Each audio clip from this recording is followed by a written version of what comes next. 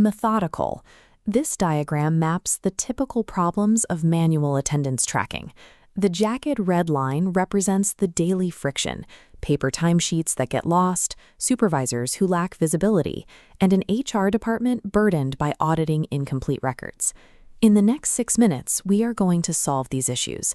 I will show you how to build a mobile-friendly attendance tracker using the Microsoft 365 tools you already own. This 3-tier diagram outlines our solution. We use Power Apps for the user interface, SharePoint Online for data storage, and Power Automate to handle background logic and reminders. To follow along, you only need a standard Microsoft 365 license and a basic understanding of how these platforms interact. Transforming this process replaces inconsistent, untraceable logs with a centralized database that provides the organization with real-time visibility. Before we open the App Designer, we must establish the storage layer in SharePoint to organize our attendance data. Create a primary list named Attendance Records with fields for the employee's name, date, times, status, and location. Also create an employee directory list to store user roles and supervisor relationships, which is key to managing security. Once these lists are saved, your database foundation is complete. You now have a structured environment ready to receive incoming data. Using this two-list architecture allows the app to verify a user's identity and role against a master directory, providing a baseline for data security. In Power Apps, we start with the navigation journey map. The home screen serves as the central hub, providing specific pathways for employees and management. For the employee view, designed for mobile use, this smartphone illustration highlights the thumb zone, where we place large, easy-to-tap buttons for checking in and out. The management experience is different. While employees only see their own history, supervisors need a dashboard filtered to their direct reports, and HR requires organization-wide visibility for auditing. We enforce these boundaries using the role-based access matrix. Employees are restricted to personal records, while only HR administrators have the authority to run reports or correct logs.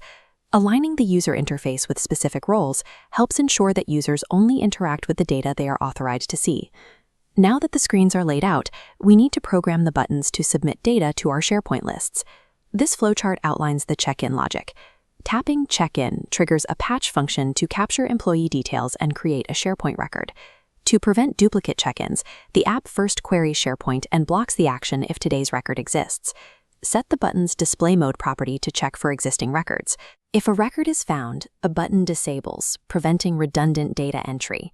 You can also add an if statement to your logic that automatically flags an employee as late if their check-in timestamp occurs after 9 a.m.